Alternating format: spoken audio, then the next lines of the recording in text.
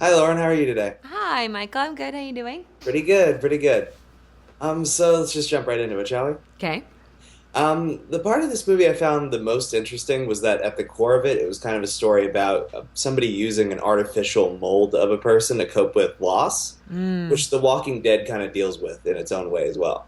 And when Mm. you're playing this role, what did you find most exciting about returning to and expanding on this theme? I felt that there were some connections, but I actually felt that the emotional trajectory for this film was a big leap for me because she a big leap from the show for me because she is sort of going on this journey alone. That's such a good question, though. I love that you that had such a observation because as soon as she arrives at this house and realizes that it's really bad news and it's really odd that this couple who's much older than you'd expect to have an 8-year-old have this kid, it just becomes so sad, and you sort of become intrigued by why they did this and how you can at least be respectful to their wishes and that they've hired you to be here and all these things. But yeah, I think that the biggest challenge with this was that she's just like sort of drowning by herself in this, and she just doesn't know throughout the film whether or not it's really happening or whether she's losing her mind. And by that same token, over the course of the movie, Greta develops kind of a motherly attachment to Brahms, Mm. even though her mind continues to tell her she's not a real person. When you're acting, do you ever find yourself getting attached to a character in a similar way and becoming protective as if the character you play is a real person? Yeah, no, I actively sort of bonded with Brahms, the doll.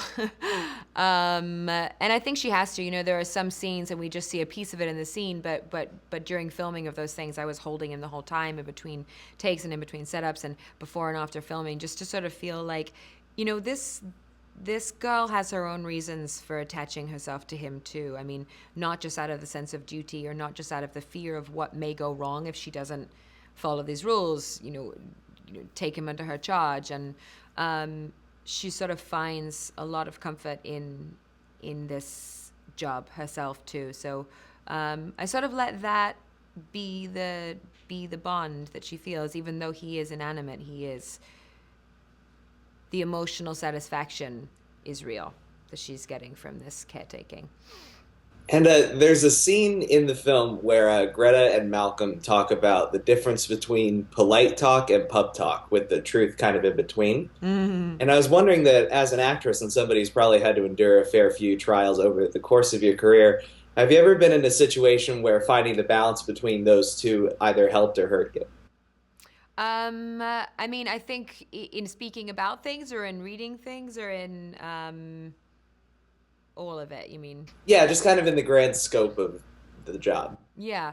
I don't know. It's a really good question. I think that in everything, my approach is always to find the best that you can out of it. You're the master of your own mind, and if you find an experience negative, then you're the only one that feels negative. If you find yourself annoyed or angry with someone, you have to feel that way before you can share that anger, share that aggravation, share that annoyance. And I think that's pretty much the way with everything. I mean, I try to make choices that are things I want to be a part of, things I want to embark on and explore, and hope that karmically sort of comes back to me and um, goes back around again. Does that make sense? Yeah, it makes perfect sense. Thank you, Lauren. You're welcome. You have good questions. Thank you so much. You're Have a great day. welcome. Pleasure speaking. Bye.